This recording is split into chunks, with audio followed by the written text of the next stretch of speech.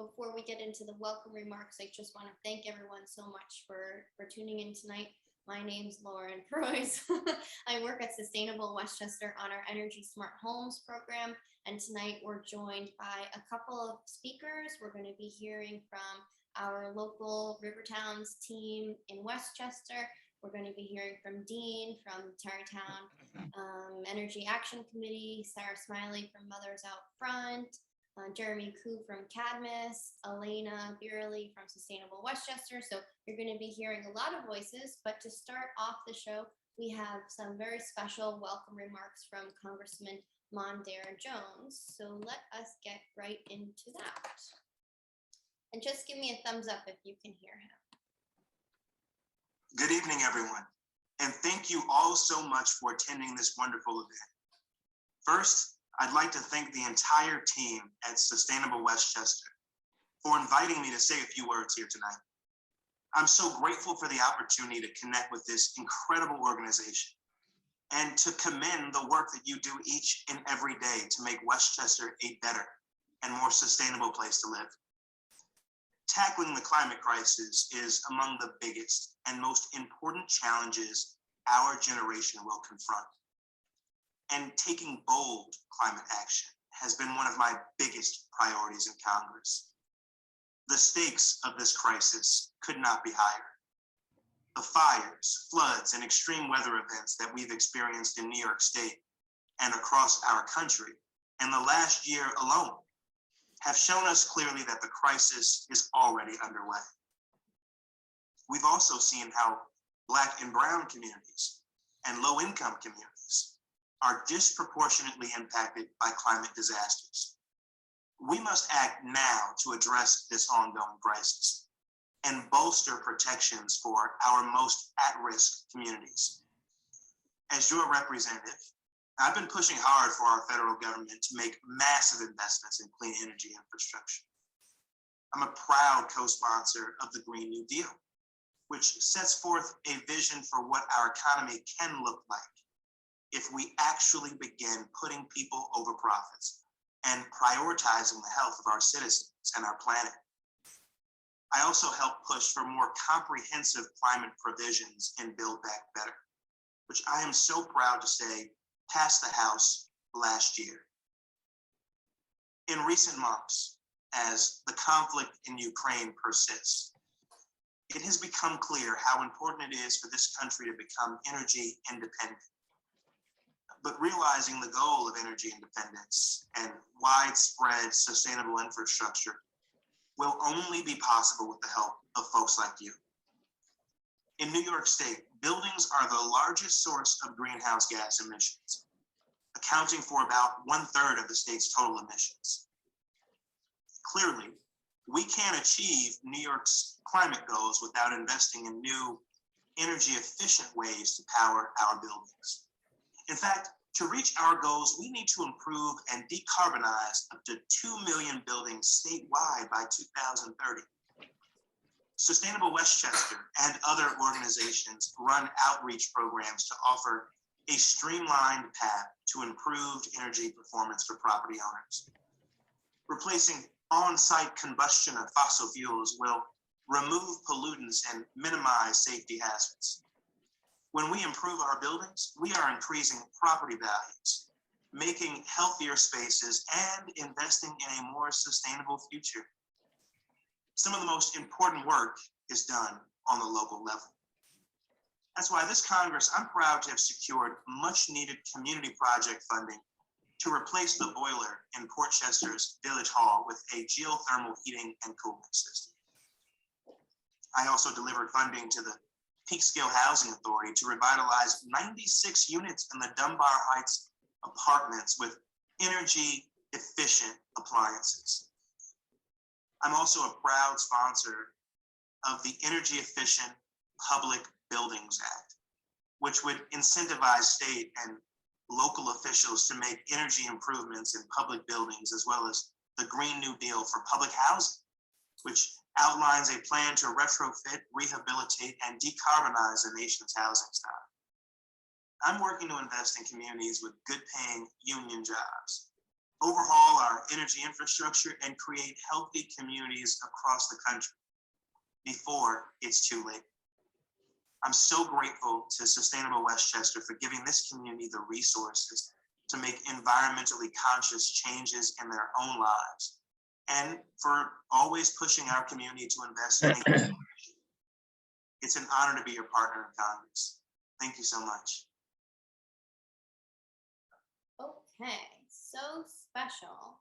That was great to hear from our congressman, and it's just wonderful news to know that he's working so hard to help building electrification happen in the Hudson Valley and beyond. So without further ado, we're going to get into our slideshow. And just a reminder for people, if you're not speaking, if you could mute yourself, that's always helpful. And I do know that I made the breakout rooms live. We're going to stay together here for the presentation. And then once the presentation is complete, we'll go into the breakout rooms with the partner contractors. So you can ask them questions about your own home, questions about what you might want to know more about. So let me share these slides and we'll get right into it. So this presentation tonight is being run by Sustainable Westchester as part of the statewide electrification webinar series. All of the Heat Smart teams have come together to offer a whole series of programming. You can find the previous events recorded. And tonight we're going to be really getting into the idea of what is electrification and how can we use technologies in our home to make our homes more comfortable, reduce our operating expenses, and also reduce our carbon emissions. And we're really grateful to Renewable Heat Now for helping to organize this webinar series. So if you're in upstate New York, or if you haven't heard of Sustainable Westchester yet, we are a nonprofit organization. We are a consortium of our member municipalities, and we provide programming to help the municipalities, their residents, tenants, and small businesses, large businesses to access sustainability programming. And we have a whole bunch of programs and many members. So as I said, Sustainable Westchester is comprised of our member municipalities. Every single municipality in Westchester County, besides one, is a member, and we also have Westchester County as a member as well. This really enables our programming to be as successful as it is. So tonight we're talking about energy smart homes and this idea of electrification, but if you do have questions about community solar, we're going to touch on that tonight.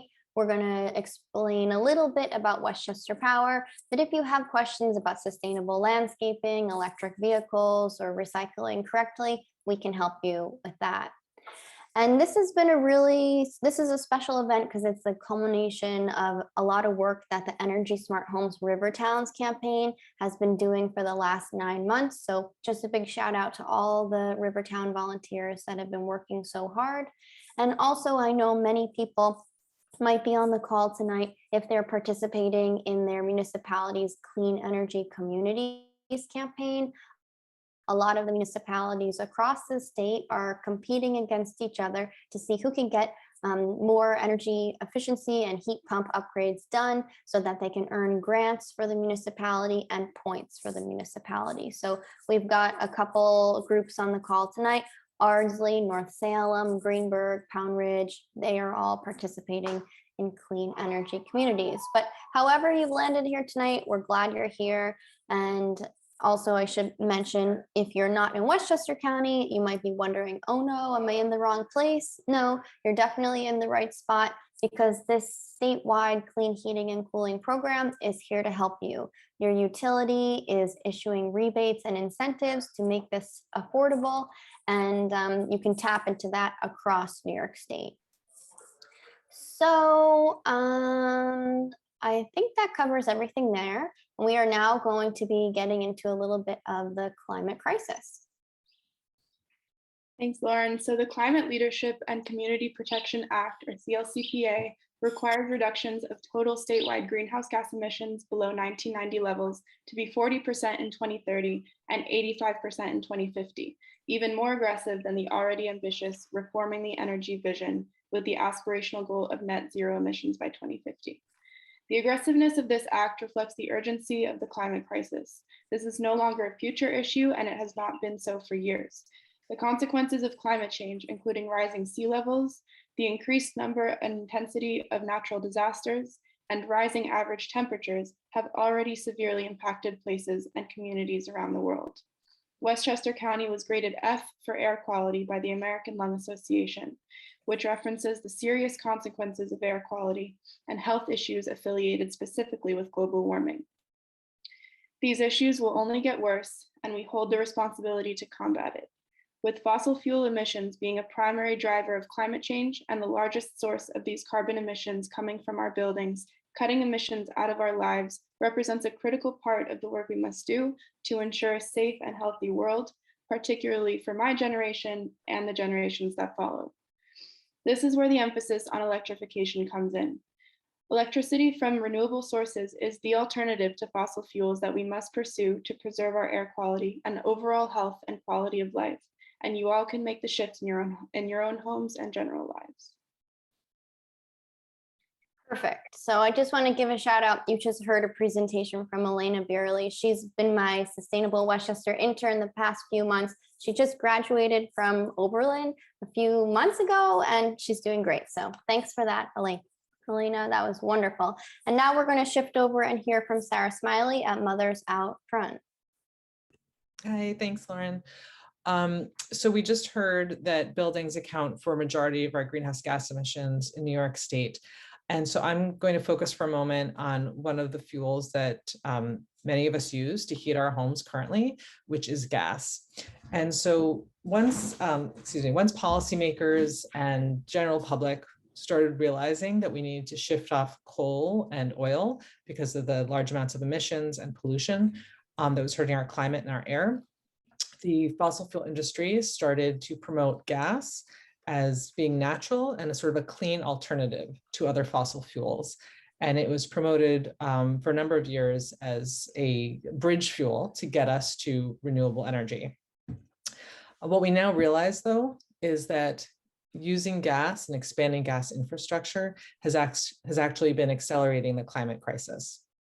Because gas is made up of methane, a very potent greenhouse gas, it leaks methane into the atmosphere, and it actually is much stronger than CO2 at trapping heat. So over a 20-year period, it's actually 86 times worse for the climate than carbon dioxide. So it's actually been very bad news to be using gas over the past many years.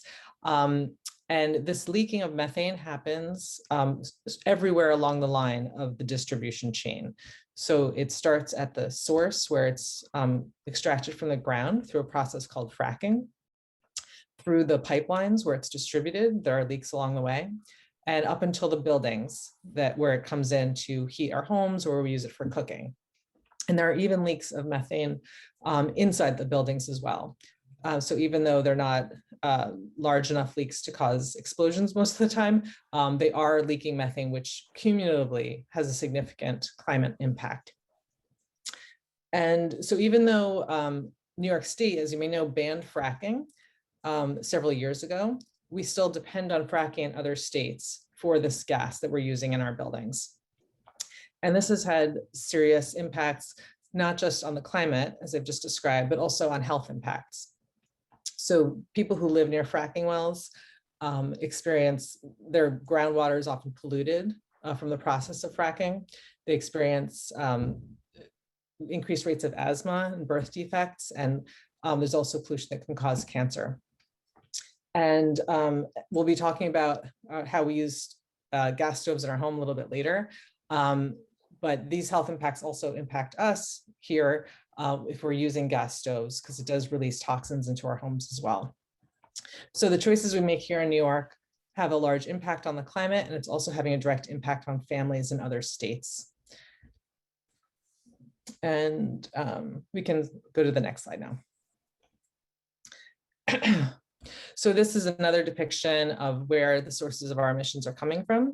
And as you can see here, heating our buildings is a large source of that. So it also represents a really big opportunity for reducing greenhouse gas emissions by changing how we heat our homes.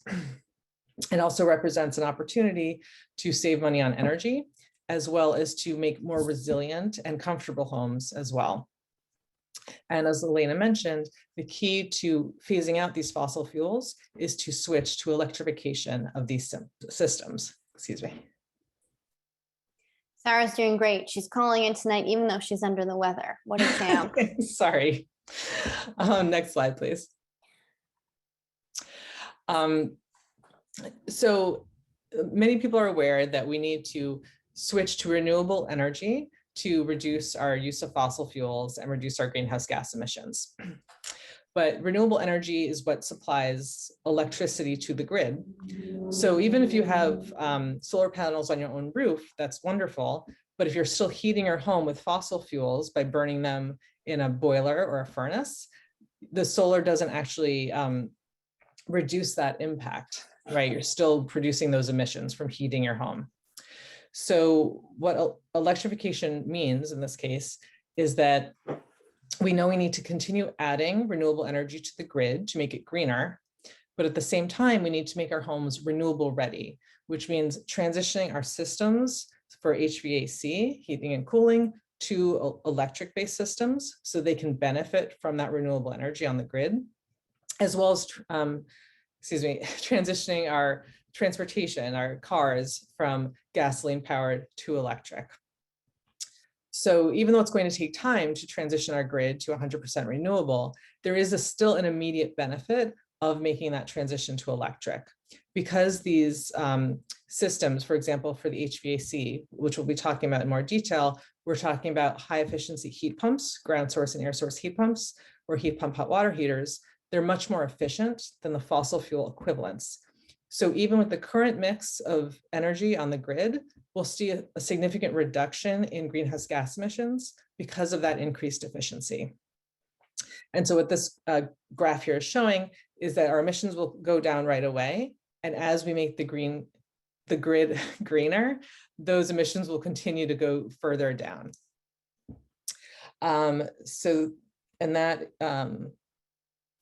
I think that's my last slide. So that sums up essentially what we're here to talk about today, which is beneficial electrification and how we can transition our homes in that direction. Thank you. Thanks so much, Sarah. And Sarah is going to be in a breakout room once this webinar is over with mothers out front. So if you have any questions about the slides she just did, or if you want to get involved on the advocacy side, she'll be covering that in the breakout room. And now we're going to hear from Dean. Thanks, Lauren. Yeah, you had called TEAC the sorry. Energy Action Council, or actually Environmental Advisory Council for the Village of Terrytown. But I am an energy wonk, that's for sure. So given that we must transition away from carbon fuels, the clear alternative is to use electricity produced sustainably. The conceptual history of the all-electric home dates back to the 1950s. You can see a little graphic there that's very 50s. But the efficiency of current electric heating, cooling, and lighting systems eclipses anything that was done back in the mid-20th century. Induction cooktops stay cool while the food cooks faster than gas. Convection ovens, which are also air fryers, bake faster and are more well insulated. Heat pumps can produce 4 or more times the heat per unit of energy than baseboards or space heaters. Super insulated walls and windows keep heat inside in the winter and block it out in the summer. Appliances are way more energy efficient now. LED lamps produce little wasted energy for the light they produce. And electric vehicles, both personal and institutional, like school buses, which is something Mothers Out Front's been working on, they're a better choice all around. Next slide. So there's a lot of information here. I'm just going to speak pretty quickly, but hopefully you can pick it up. This is all not just about the essential transition to electricity as our power source. We need to focus on producing electricity, as Sarah said, from renewable sources, while providing efficient transmission to where it's needed with a resilient grid to carry it. So purchasing green electricity is key, and you should know where your electricity comes from. Actually, most of the electrons flowing through your home actually may come from a gas or nuclear or, God forbid, a coal generation plant. That will still be true decreasingly for a long time, since every utility gets a variable mix of power sources. The only way around that would be for somebody to go completely off grid with enough solar to cover their needs, along with battery storage to last through the night. That's kind of a rare situation. So to help green our supply, the Westchester Power Community Choice Aggregation Program, which is a CCA, and like other CCAs, buys renewable energy certificates to guarantee that electricity used by its subscribers is produced sustainably somewhere, offsetting brown or carbon fuel generation. You can find out more about the New York State CCAs and other places at the link that's in the slide there. Community solar projects that sell power to subscribing customers give us an alternative to rooftop solar and are a necessary step to help meet our climate goals. But if you as a homeowner, municipality, or business are in a position to put your own solar on, please go ahead and do that. You'll get the maximum benefits from it over the long term, and we need to build out solar to comply with the CLCPA goals for New York. Municipalities in New York should also adopt the Unified Solar Permit, which eases the approval process for rooftop solar in villages and towns. New transmission lines are needed to bring power from upstate wind and solar farms to more populated areas where it's needed. 2 huge projects that will be sourced by New York State, New York-based wind and solar, which is a better idea. Sorry, I skipped the line here. 2 huge projects that include running cables down the Hudson River have been approved. The Clean Path New York project is one of them, and it will be sourced by New York-based wind and solar, which is actually a better idea than the other project called the Champlain Hudson Power Express. That will carry hydroelectric power from Canada, which has some negative environmental impacts. There are also several electrification bills on New York's legislative agenda, such as the All Electric Building Act and the Gas Transition and Affordable Energy Act. You can find out about those at renewableheatnow.org, their advocacy link that's in there. Next slide. So let's look at some questions that people have about electrification. Maybe we can provide some enlightenment here. People wonder why their utility bills are so high. The fact is you can choose your electric and gas suppliers, but you can't choose your delivery company. The electric and gas supplies, rise and fall unless you're on a fixed negotiable rate. They rise and fall with the price of fuel. And that's usually much higher in the winters, and that's why people have been complaining recently. As I said, you can't choose your utility that delivers your gas and electricity. And as many discovered this winter, the delivery cost can be nearly twice what the energy itself costs. It's really expensive downstate here. I think we pay over 25 cents a kilowatt hour when you put the supply and the delivery together. If you have solar panels, you can avoid paying the utility at all for your electrical watt hours. And with net metering, the utility actually pays you at the retail rate for any excess power you send back into the grid. So it's a really good idea. Can the grid handle a large increase in electric power? There's a link here from the Rocky Mountain Institute that shows how the grid will adjust to increased demand. So the answer is yes, that will be not a problem. One related issue is whether local utility lines can accept the power generated by solar and wind farms, such as community solar, especially in rural areas. We have tools like the solar mapping GIS layers from Scenic Hudson that are available to municipalities that show the hosting capacity of power lines in great detail to help us plan for large projects. Should I replace my gas appliances? Yes, definitely. Electric ones work just as well as their gas counterparts. Just since last year, I replaced my old gas water heater with an electric heat pump model and swapped my cooling-only HVAC unit for a heat pump, so I avoid using my gas furnace on all but the coldest days. My new kitchen will have an induction cooktop, and my next dryer will have a heat pump. Here's an interesting personal stat. For the heating season from November through April this year, my gas usage dropped by 50% because of the changeovers that I've done. And my electric usage only went up 25%. That saved me money. One other little tidbit here. In our Westchester area, Con Ed has had a moratorium in effect for new gas hookups. because of their reduced capacity to bring gas into the area, but they're putting in new pipelines now, and they might lift the moratorium soon. That should not dissuade us from electrifying. What about power failures? If your home heating is all electric, you might want to have a backup. If you can install a battery storage system with your rooftop solar, you can ride out a power outage, and you can also help the grid manage fluctuating renewable sources without running expensive diesel-powered peakers. Some new electric vehicles like the Ford F-150 Lightning are going to be designed to power your home in emergencies. So that's another alternative. The smart grid is coming into our area. Utilities have largely installed smart meters that can track electricity usage hour by hour, but they haven't always put demand pricing in place. Instead, they're recruiting customers willing to reduce their cooling load during short periods of peak summer demand through programs like Grid Rewards and an older one called Rush Hour Rewards. Once demand pricing is in place, the cost incentive should help shift heavy usage away from peak periods. Electric vehicles and some appliances can do this automatically. And finally, how do renewable energy certificates work? That's what Westchester Power buys for their CCA customers and other CCAs as well. RECs, they're called RECs, represent fixed units of renewably generated electricity and are bought and sold on an open market through a brokerage. So that way, ESCOs and CCAs can bid for sustainable energy competitively, regardless of where the power is actually produced. So I'd like to turn it over now to Ben from Sustainable Hudson Valley to talk about planning for this transition. Hey, thanks, Dean. For those who don't know about Sustainable Hudson Valley, we're just a small nonprofit. We run out of Rhinebeck, New York, and primarily operate in the Ulster and Dutchess County areas, but we spread out a little bit as we see fit. So, how do we start this process? Right now, we're in the midst of thinking about these things as we work with Marbletown, New York, as they have just passed their 100% renewable action plan.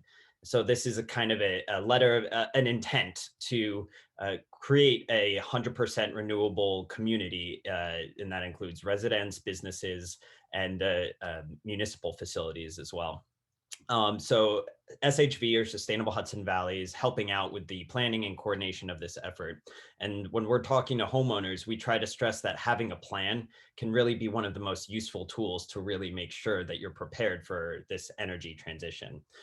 So we want to make sure that, no one's asking you to replace the brand new water heater you just put in, or to go out and buy an EV if you can't afford it. We want this to be on your budget, on your time, but to make sure that the plan that you have is ready to use when you need it. Sometimes water heaters burst, furnaces give out, and it's really important to have those steps ready, that information in your head ready to go when you need to use it or when the opportunity arises. So when the time does come, we really try to stress that at least pinpointing the priority points for your home. And that might be, for some homes, that might be the heater, that might be a water heater, that might be your insulation. But if you're finding it trouble to kind of come to terms with all of these terms and information and all of these things being thrown at you, taking it step by step, we find is very helpful. And that comes down to rebates in your area, what technology you're going to use, as well as the individuals that are local to your area that might have more knowledge about those things, as well as potential contractors that might be able to work with you. So next slide, please. So these are the 10 steps. We really find that it's a useful tool to use for the for homeowners in planning out their energy transition. And they break down the most important things to prioritize. But we've also realized, actually, as we've been working with homeowners on this, is that this will actually help start to get the ball rolling for a lot of people. It can be very confusing. Even just looking at all those 10 steps there could be a lot. So we try to find, if you start with one and go there. And so Sustainable Hudson Valley, we have a lot of resources that are step specific. it'll follow step-by-step resources that might be helpful, or pricing information on certain technologies and things like that. Next slide. So even though we work in the Hudson Valley, and that's kind of our territory, the 10 steps can be a really good way to just get you thinking about your plan and starting it yourself. It doesn't have to be Hudson Valley specific. Also, we are hosting a energy coaching event on the 26th with New Yorkers for Clean Power, and this will be in a deep dive into a lot of the subjects that these energy coaches are dealing with directly, a lot of questions that they receive. So that might be a helpful resource as well. And so the NYSERDA website also, as you see on the image there, that's a map of all of the community solar projects that are going on in New York State right now. This is not a map of open community solar projects. Many of these are going to be at capacity, but we really feel that, or I feel at least, that NYSERDA can be a very useful resource to get information and know what's going on around you. And that extends to potentially clean energy communities as well. Finally, your utility will have a lot of information specifically on rebates and incentives. They might offer certain money back on doing certain things, qualifying for certain programs. And when you get the slide deck in the email, back to you, you can click these links, and they'll take you to the incentive pages for these different utilities. So thank you.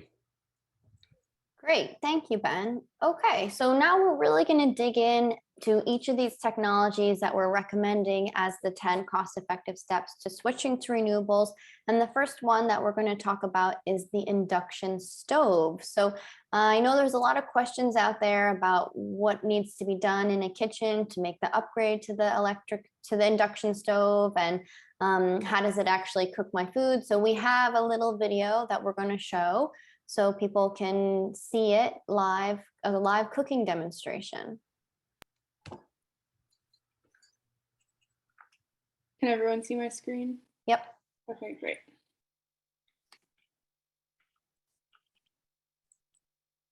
So I can set this to exactly the temperature I want, which is pretty amazing. I can't do that on my gas stove. Unlike the conventional electric stove that stays hot a really long time and can burn you, the induction, it does get warm, but it doesn't, the burner doesn't get super hot because mostly it's the pan that's hot.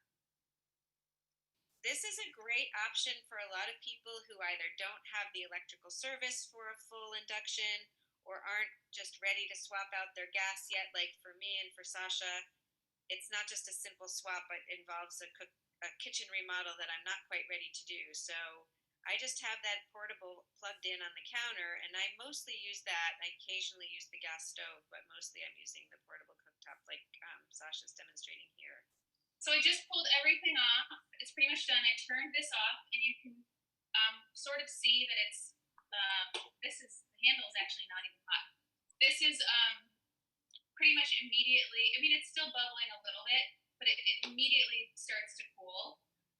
And there's no risk of none of the residual. There's a bunch of little bits of batter and stuff in here.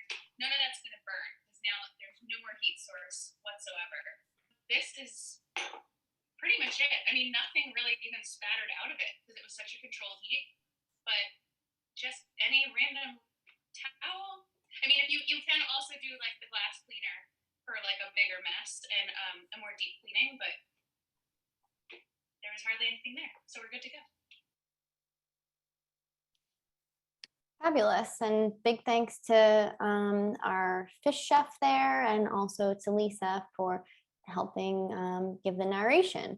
So next up in our idea of this 10 steps, we're really going to focus on the technologies for heating and cooling your home. If it's an air source heat pump, a ground source heat pump, also known as geothermal, or even a heat pump hot water heater. So we're going to be hearing now from Jeremy Koo, who I think is on the line. Hey everyone, can you hear me? Jeremy, you did not change your name.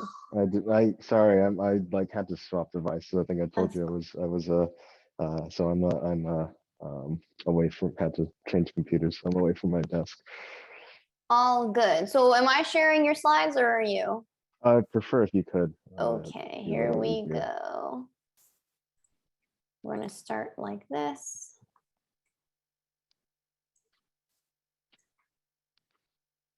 Okay. Take it away, Jeremy.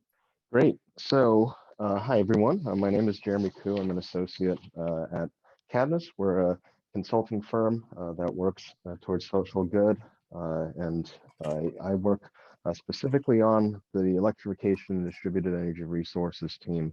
I've had the pleasure and privilege of working with Lauren and her team, as well as all of the other clean heating and cooling communities and NYSERDA for gosh, at this point almost getting on 6.5, 7 years on issues related to building decarbonization, electrification, and the technologies I'm going to be talking about, efficiency and clean heating and cooling. So there are 4 primary technologies that fit into this nexus around beneficial electrification of buildings and work hand in hand in supporting broader building decarbonization as well as improving the performance of your home. So we'll talk a bit about each of these, and then I believe in the breakouts afterwards, there will be more in-depth discussion around these technologies with input from folks who actually install these technologies on the ground.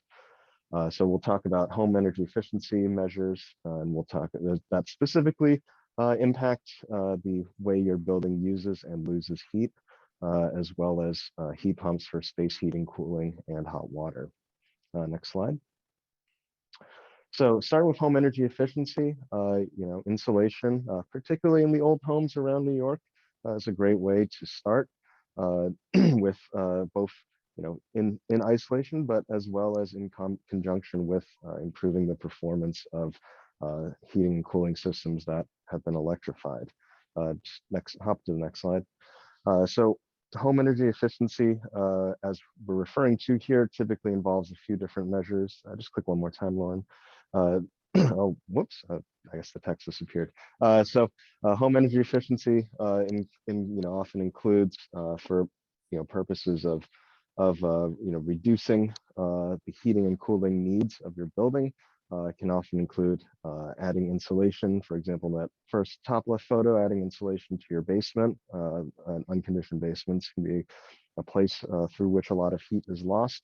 It can include blowing in insulation into the attic, as well as doing air sealing and insulating rim joists and other areas and crawl spaces that cause your home to leak heat. Improving the home envelope and evaluating the insulation of your home is done through a home energy audit and bring a number of benefits ranging from reduced energy bills, improved home comfort, great, quieter home, as well as reducing the risk of ice dams from thawing snow on the roof from leaking heat. Home energy efficiency has a robust set of programs that are available for supporting your project. This includes reduced costs of home energy assessments, incentives that are available depending on the extent to which you complete home energy improvements, for example, through NYSERDA's Comfort Home Pilot Program, as well as a range of income eligible incentives if you are starting at below 80% of the state median income, or sorry, area median income, depending on what county they're in. You could be eligible for as much as the entire cost of an installation job. So definitely worth considering, particularly if you live in an older home that feels a little bit uncomfortable. Next slide. And I could just add, no matter where people are calling in from New York State, they can access that free home energy assessment. So it's definitely worth taking a look at. So air source heat pumps are one of the 2 space heating and cooling options for heating and cooling your home with a high efficiency electric system. Heat pumps And I think was mentioned earlier on, heat pumps, or rather electric heating, has a bit of a bad reputation from times past for being inefficient and costly to operate. Heat pumps are not the same as electric resistance. For example, electric baseboards or electric space heaters, instead of using the electricity to create heat, or rather turn electrical energy into heat energy, heat pumps use that energy to transfer heat in and out of a space. If it sounds a little odd, the easiest way to think about it is an air conditioner that can run also in reverse to move heat from one space to another.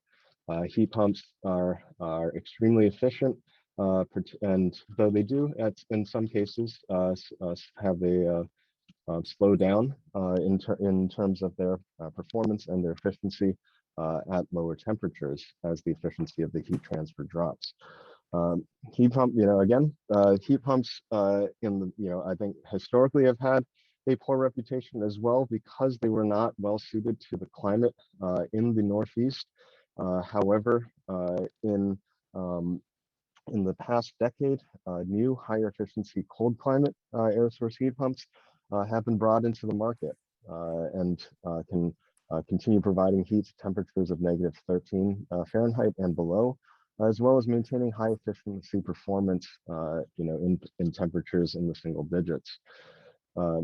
Air source heat pumps are going to just operate just as I said, air conditioners that can move forward and in reverse, extracting heat from the outdoor air and transferring it into your home during the winter to provide heating, and then operating just like an air conditioner in the summer to provide cooling. Next slide. So air source heat pumps have multiple components. They have an outdoor unit and an indoor unit. You can see sort of on the bottom left, there are actually two, both a ducted and a ductless version of an air source heat pump pictured there. The one on the left, the ducted outdoor unit, probably doesn't look too much different from a central air conditioner. In fact, you probably wouldn't be able to tell looking at somebody's yard whether something is a ducted air source heat pump or a central air source heat pump or a central air conditioner without taking a closer look. The unit to the right is a ductless air source heat pump or a ductless mini split, of which frankly the market has seen greater adoption of, in part because of the amount of boilers and homes that don't have ductwork in New York State. They bring a number of benefits beyond just providing more efficient heating. They also are a great opportunity to provide heating and cooling to individual zones of a home. For example, a new addition, unheated rooms above garages, finishing a basement that wasn't previously heated. But one of the more popular uses for installing them in the Northeast, beyond just the improved heating efficiency, energy savings, is adding cooling. Many folks live in older homes for which installing ductwork for central air conditioning is just not possible, and that tends to be actually one of the most common reasons why they're installed. Next slide. So air source heat pumps, I think we mentioned, can either work with or without existing ductwork. They can also be paired with a furnace for what's often referred to as a dual fuel installation, where the system will switch between either the boiler or the furnace, or sorry, the furnace or the heat pump, depending on the outdoor air temperature. And so if you ask the question, is a heat pump right for you? There are a lot of flexible options to install these, whether you're ready to replace your existing heating system and fully convert over to a heat pump, or just to, for example, support your existing boiler and save a bit of energy and money, or reduce your emissions while keeping the existing system in place. There are a lot of flexible options that are available. Costs are fairly modular. They can start at temperatures of at costs at around $4,000 to $5,000 for a single zone, and then for a whole home, you'll be looking at close to $15,000 to $20,000.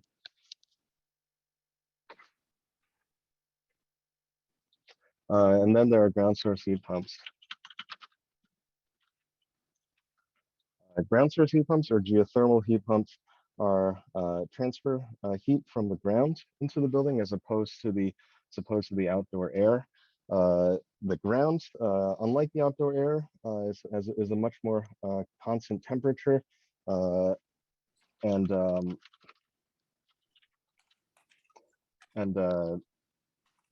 sorry, excuse me. The ground ends up being a much more constant temperature, and thus the system retains more efficiency and more heating capacity throughout the year. This does mean that ground source heat pumps end up being the most efficient system that is available at efficiencies of 350 to 400% or more for every unit of heat that is electricity that is converted into heat. Next slide, please. So pictured here is a ground source heat pump that is operating in a ducted capacity here, or a what's called a water to air application. Ground source heat pumps provide both heating and cooling. Most commonly, they are used in these centrally ducted applications in which they will use existing or new ductwork to provide heating or cooling throughout the home. They can't also be installed using those sorts of mini split cassettes that you've seen for ductless systems to be able to use to not have not use ductwork to deliver heating and cooling to individual zones. Next slide. So ground source heat pumps as well.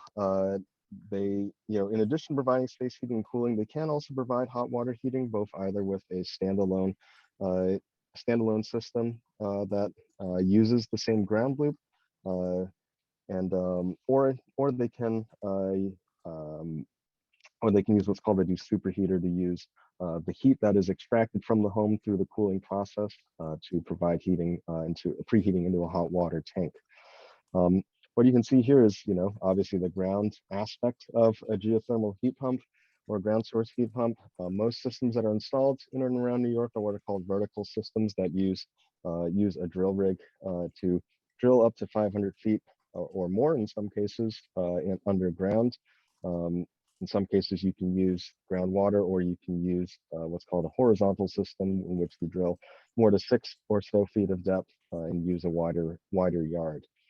But after the system, after remediation and after the installation is complete, you can see there's really no visual impact on the yard. Having existing ductwork is a great opportunity to install a system that will provide both heating and cooling. But really the biggest factor is whether you will be able to get a drill rig or an excavation done in your yard. Next slide. Heat pump water heaters. Instead of working running in both forwards and reverse, heat pump water heaters will just transfer heat from the surrounding area, usually an unconditioned basement, and move it into a hot water tank. Next slide. Yeah. So pictured here is a heat pump water heater, and really just that looks very much like a hot water tank with a heat pump element on top of it.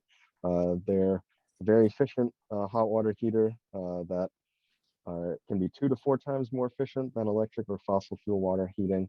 And it uses indoor air to, as mentioned, to be transferred into your hot water heater. It does have a backup electric resistance coil for meeting periods of higher demand. Next slide. So we're having some text issues. So one of the biggest factors with installing heat pump water heater is that it needs access to a suitable space. It needs about 750 cubic feet of unobstructed space. That stays at an ambient air temperature of above 50 degrees.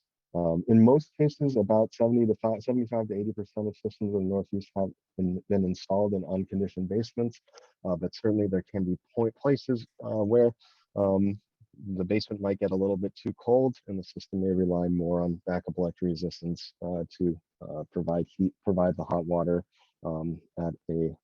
unfortunately at some penalties to efficiency.